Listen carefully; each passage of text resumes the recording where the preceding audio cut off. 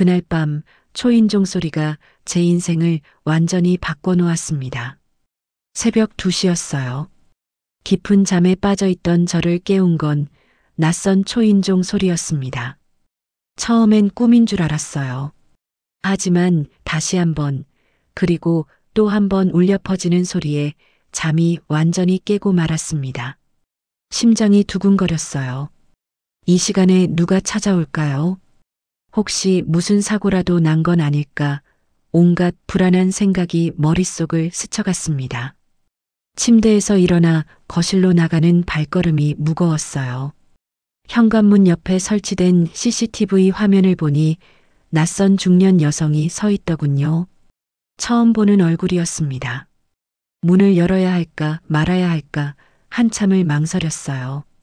요즘 세상에 밤늦은 시간 모르는 사람이 찾아오면 조심해야 한다는 걸 누구보다 잘 알고 있었으니까요. 그런데 이상하게도 그 여자분의 표정이 심상치 않았습니다. 뭔가 절박한 기색이 역력했어요. 마치 꼭 해야 할 말이 있다는 듯이요. 결국 저는 문을 열었습니다.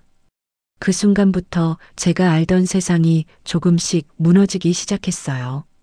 여기서 잠시 이야기의 다음 장면이 궁금하시면 구독과 좋아요는 큰 힘이 됩니다.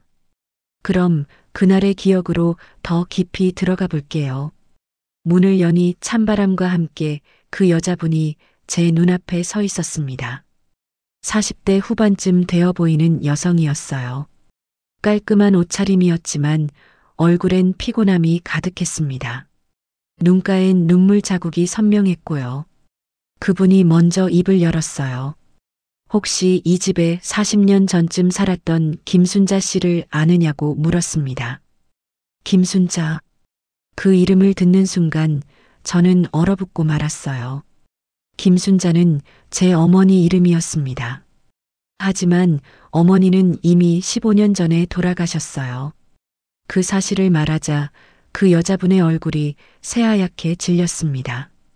그분은 한참을 말없이 서 있다가 가방에서 낡은 봉투 하나를 꺼냈어요. 누렇게 바랜 봉투였습니다. 봉투 겉면에는 어머니의 이름이 적혀 있었고요. 이걸 전해드리려고 왔다는 겁니다. 그러면서 자신을 소개했어요. 이름은 박미경이라고 했습니다. 그리고는 예상치 못한 말을 덧붙였습니다. 자기 어머니가 돌아가시기 전에 이걸 꼭 전해달라고 했다면서요.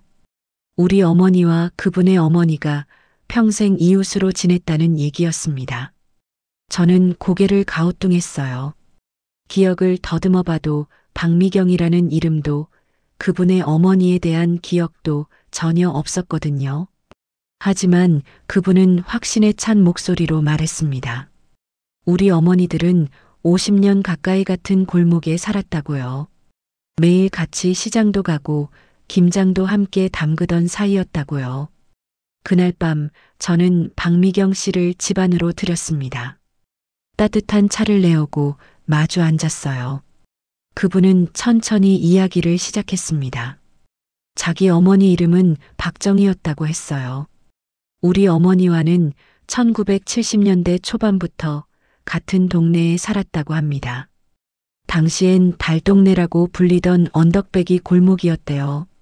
그 얘기를 듣는 순간 희미한 기억 하나가 떠올랐습니다. 어렸을 적 우리 집이 있던 그 좁은 골목길, 다닥다닥 붙어있던 단칸방들, 공동 화장실을 쓰던 그 시절, 박미경 씨는 계속 말을 이었어요. 두 어머니는 정말 친했다고 합니다. 같이 품앗이로 일도 하고 아이들 돌봐주고 그랬다면서요. 그런데 저는 도무지 기억이 나지 않았어요. 어렸을 때 기억이 흐릿하긴 했지만 그 정도로 친했던 이웃이라면 뭔가 남아있어야 하는데 말이죠. 제가 의아해하자 박미경 씨가 조심스럽게 물었습니다. 혹시 1978년에 무슨 일이 있었는지 기억하느냐고요. 1978년. 저는 그때 8살이었어요. 그리고 그해 봄 우리 집에 큰일이 있었습니다. 아버지가 사업 실패로 큰 빚을 지게 됐어요. 밤낮으로 채권자들이 찾아왔고 우리 가족은 한순간에 모든 걸 잃었습니다. 집도 없어지고 가족이 뿔뿔이 흩어질 뻔했던 그 시절, 박미경 씨가 고개를 끄덕였어요.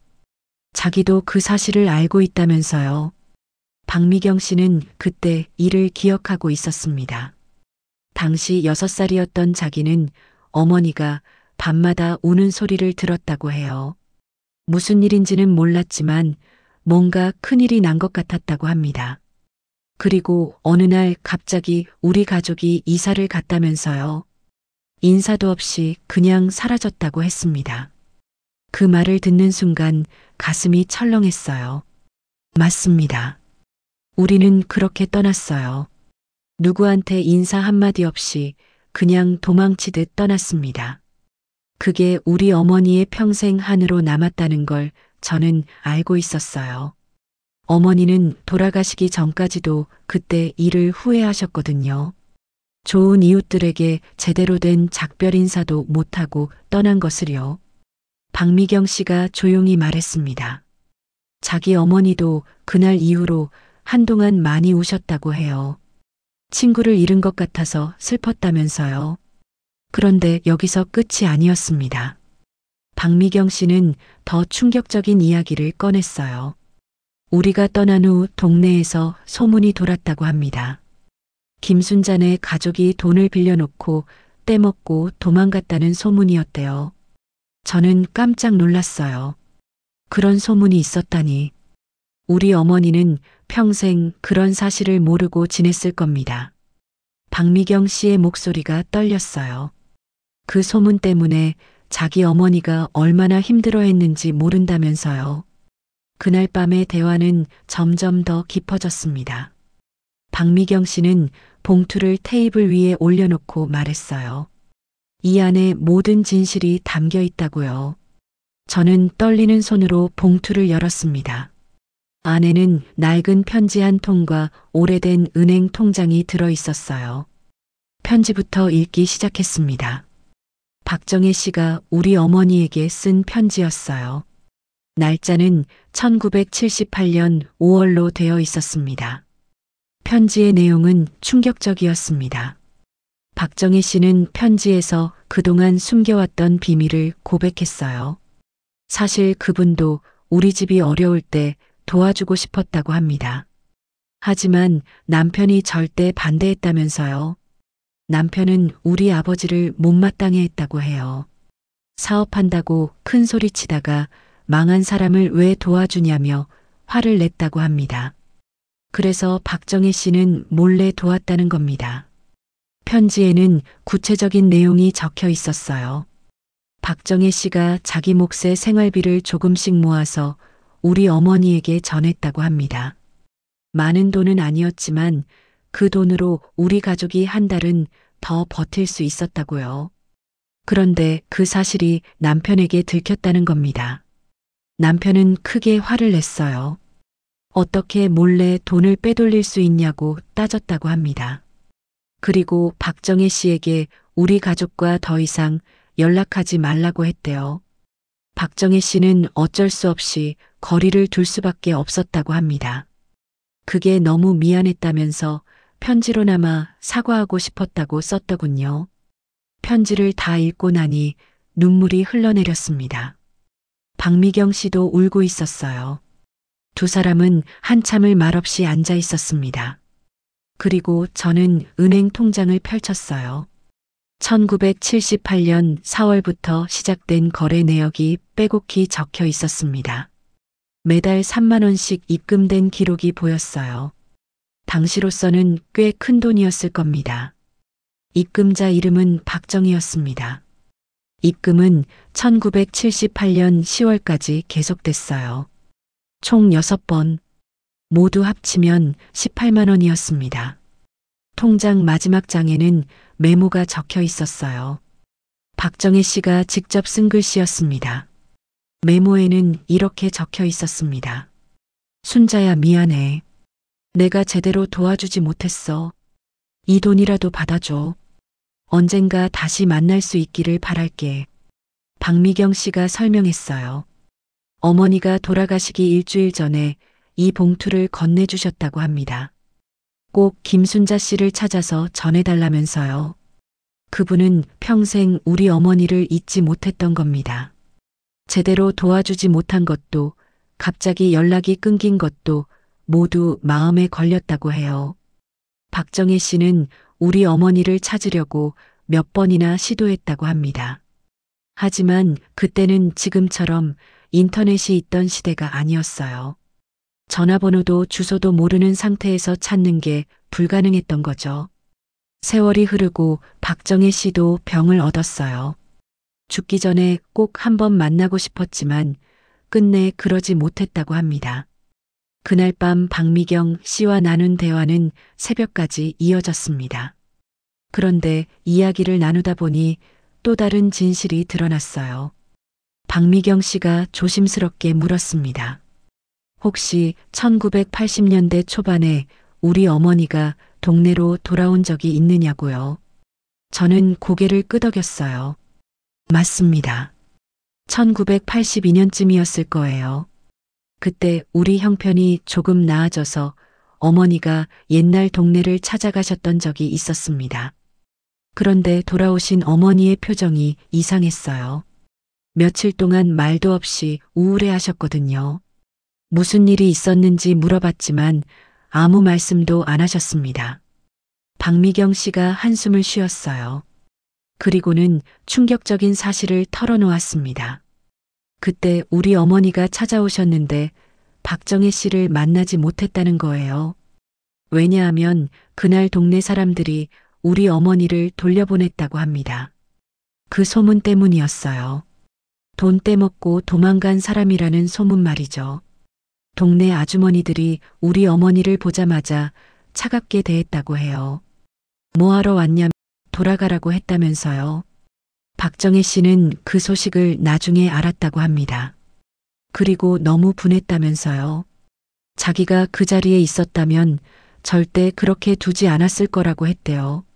하지만 때는 이미 늦었어요.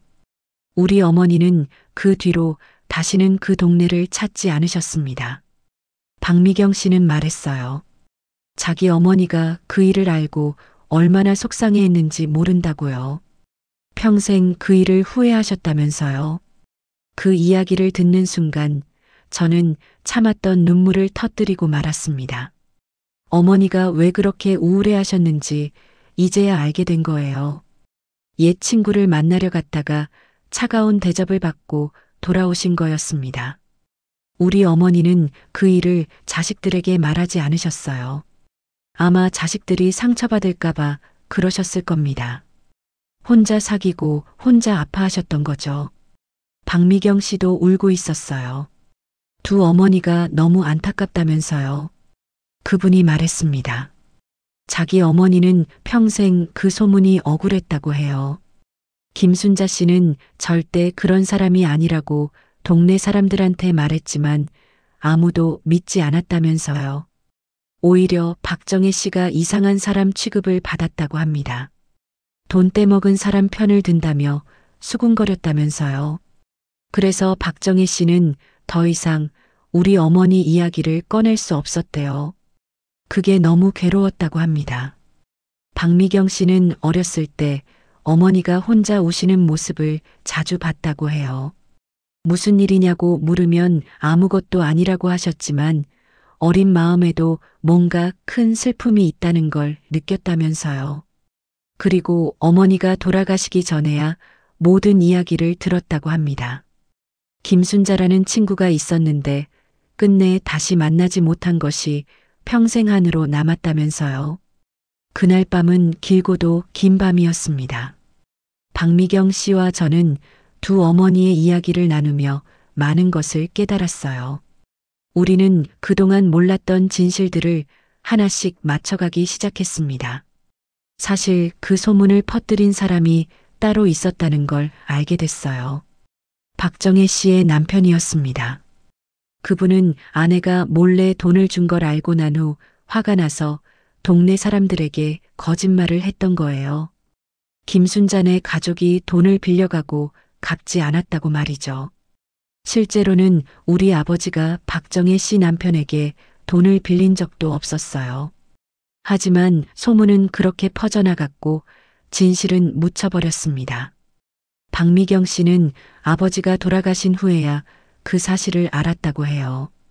어머니가 모든 걸 털어놓으셨다면서요. 그리고 어머니는 말했다고 합니다. 자기 남편이 저지른 잘못 때문에 좋은 친구를 잃었다고요. 평생 그걸 바로잡지 못한 게 너무 후회된다면서요. 저는 그 이야기를 들으며 많은 생각이 들었어요. 우리 어머니도 평생 그 친구를 그리워하셨을 겁니다. 힘들 때 도와준 고마운 사람. 하지만 갑자기 연락이 끊기고 다시 만났을 때는 차갑게 돌아선 것처럼 보였던 사람. 어머니는 그게 왜 그랬는지 이해하지 못하셨을 거예요. 혹시 자기가 뭘 잘못했나 평생 자책하셨을지도 모릅니다. 그리고 박정혜 씨도 마찬가지였겠죠. 친구를 도와주고 싶었지만 그러지 못했던 것. 친구가 다시 찾아왔을 때 만나지 못한 것. 모두가 한으로 남았을 겁니다. 동이 트기 시작했습니다. 박미경 씨는 일어나 가려고 했어요. 할 일을 다 했으니 이제 돌아가겠다면서요. 그런데 저는 그분을 붙잡았습니다. 조금만 더 있다 가시라고요. 저는 방으로 들어가 오래된 상자 하나를 꺼냈어요. 어머니의 유품이 담긴 상자였습니다. 상자를 열고 하나씩 꺼내기 시작했어요. 오래된 사진들, 편지들, 작은 물건들, 모두 어머니의 흔적이었습니다. 그러다 낡은 수첩 하나를 발견했어요. 어머니의 일기장이었습니다. 페이지를 넘기다 1978년 부분을 찾았어요. 거기에 적혀 있었습니다. 어머니는 일기에 이렇게 쓰셨더군요. 정희가 또 도와줬다. 고마운 친구다. 어떻게 갚아야 할지 모르겠다. 꼭 보답하고 싶다. 그리고 1982년 일기에는 이런 글이 있었어요. 옛날 동네에 갔다 왔다. 정희를 만나고 싶었는데 만나지 못했다. 다들 나를 차갑게 대했다. 무슨 일이 있었던 걸까? 내가 뭘 잘못한 걸까? 정희야 미안해. 박미경 씨에게 일기를 보여주자 그분은 목이 메어 아무 말도 하지 못했어요. 우리는 그렇게 두 어머니의 마음을 확인했습니다. 두 분 모두 서로를 그리워했고 미안해했다는 것을요. 박미경 씨가 말했어요. 이제라도 알게 돼서 다행이라고요. 두 어머니가 하늘에서라도 만나실 수 있을 거라면서요. 저도 고개를 끄덕였습니다. 그랬으면 좋겠다고 생각했어요. 박미경 씨는 떠나기 전에 마지막으로 한마디 했습니다. 우리라도 친하게 지내면 어떻겠냐고요. 어머니들이 이루지 못한 우정을 우리가 이어가자면서요. 저는 기꺼이 그러겠다고 대답했어요. 그날 이후 박미경 씨와 저는 자주 만났습니다. 두 어머니의 이야기를 나누고 추억을 공유하면서 우리도 친구가 되어갔어요. 그리고 깨달았습니다. 인생에서 가장 소중한 건 결국 사람이라는 것을, 작은 오해와 소문이 얼마나 큰 상처를 남기는지도 알게 됐어요. 하지만 그 모든 것도 결국 이해와 용서로 치유될 수 있다는 것도 배웠습니다. 지금도 가끔 그날 밤을 떠올립니다. 새벽 2시에 울린 초인종 소리. 그 소리가 제 인생을 바꿔놓았어요. 50년 만에 밝혀진 진실. 두 어머니의 우정. 그리고 우리에게 이어진 인연. 어머니는 돌아가시기 전에 자주 말씀하셨어요. 인생은 짧다고요. 소중한 사람들과 좋은 관계를 유지하며 살라고요. 이제야 그 말씀의 의미를 제대로 이해하게 됐습니다. 박미경 씨가 전해준 그 낡은 봉투는 지금도 제 책상 서랍에 소중히 보관돼 있어요. 가끔 꺼내보면서 두 어머니를 생각합니다. 그리고 다짐해요. 저는 어머니들처럼 후회하며 살지 않겠다고요. 소중한 사람들에게 마음을 제대로 표현하며 살겠다고요. 작은 오해로 관계가 틀어지는 일이 없도록 노력하겠다고요. 그날 밤의 초인종 소리는 저에게 큰 선물이었습니다. 어머니의 숨겨진 이야기를 알게 해줬고 새로운 인연을 만들어줬으니까요. 인생은 참 신기해요. 예상치 못한 순간에 예상치 못한 일들이 일어나곤 하니까요. 그리고 그 모든 순간이 의미가 있다는 걸 이제는 알아요. 기억의 끝자락 이야기가 마음에 닿았다면 구독과 좋아요를 눌러주세요. 감사합니다. 다음에 또 다른 이야기로 찾아뵙겠습니다.